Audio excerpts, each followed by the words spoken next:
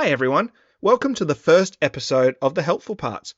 These little spin-off episodes are intended to be a place where one or two or three of us can give our reviews and thoughts of a specific book rather than on the main podcast episode.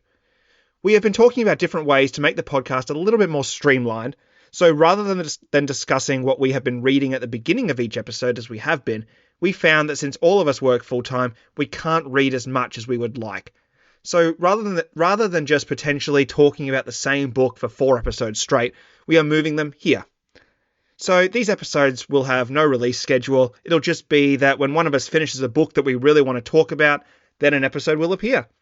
Now, we already have plans to do a big Moby Dick retrospective in the future, so look out for that one. I'm really excited about that.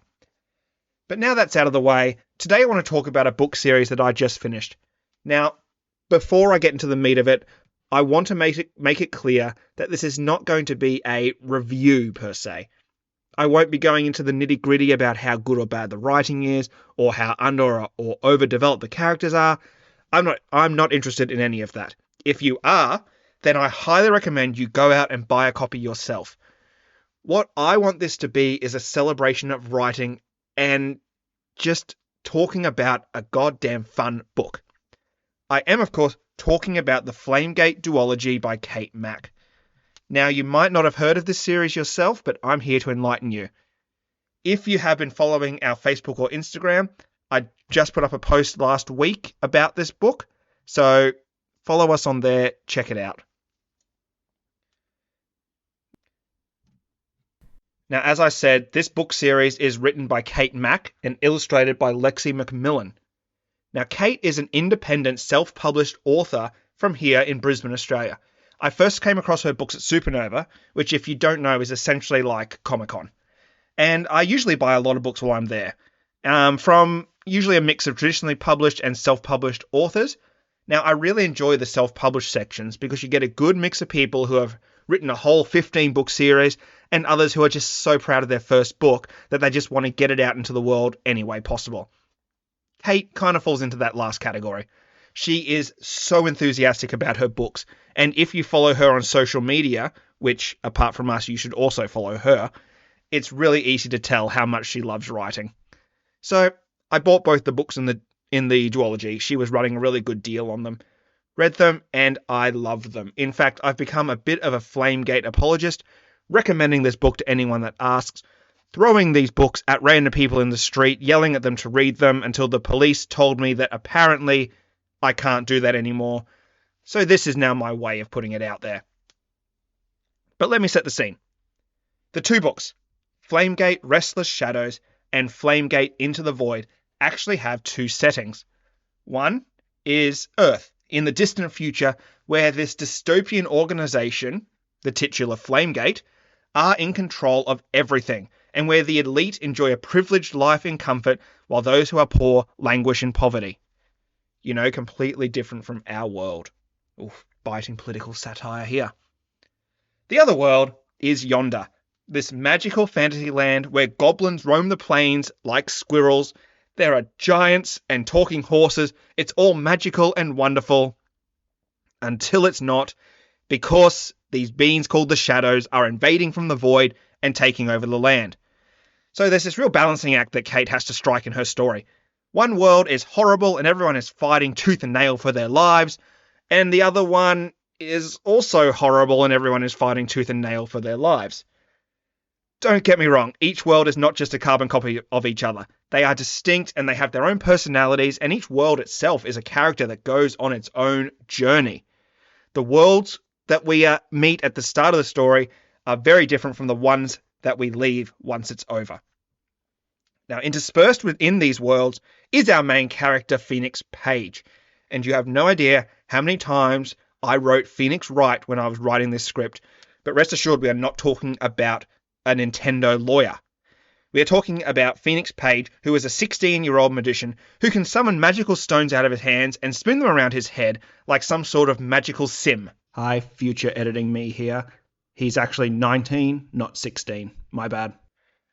But this ability to wield these rocks is not his only skill. You see, Phoenix can fall asleep randomly, seemingly at the worst possible moments. but his supernatural narcolepsy has its purpose. When he falls asleep in one world, he wakes up in the other. But it's not like he teleports to the other world. He actually has two bodies, and his consciousness transfers between each of these. This leads to quite a few moments when he might be in mid-conversation, and suddenly, boom, he's asleep and falling into a stream, causing one of his companions to have to rescue him, then look after him until he awakes again, which could be minutes, hours, days, years. You don't really know. It just seems to be random. Now, in one world, he's this free-spirited guy wandering the fantasy countryside, and in the other, he's a prisoner in a high-security fortress where he is routinely experimented on. Fun times for all involved.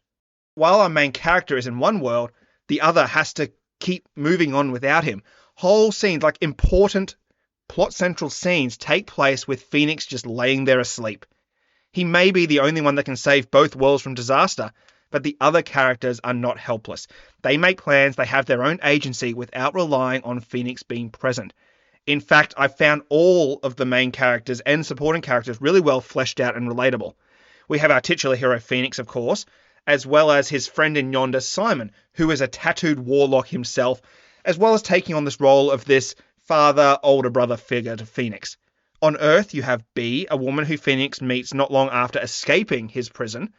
Now, that's not a spoiler. It literally happens on the very first page of the book. And we also meet the other members of the Resistance, notably the grouchy leader, an old man named Edgar, who may know a lot more about the situation than he is letting on, but I will let you guys find that out for yourselves. The books also have a really good balance between the heavy-hitting scenes and a really great sense of humor. One moment I was really laughing at the shenanigans of the characters, and the next my mouth was on the floor and I was just heartbroken at what was happening. This is a story that stuck with me long after I finished, hence why I really wanted to make this episode. Now, when I bought these books, Kate told me that if you liked Neil Gaiman, then you would really enjoy this story, and I have to agree with that.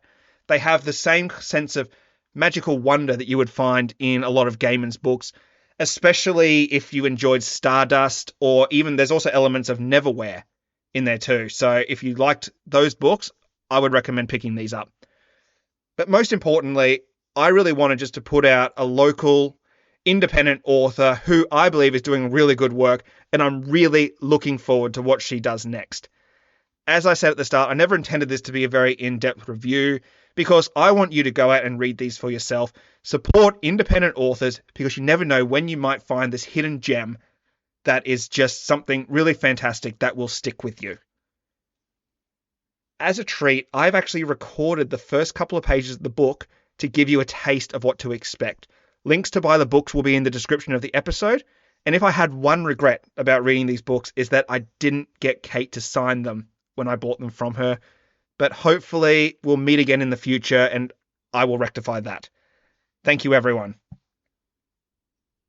The Fugitive.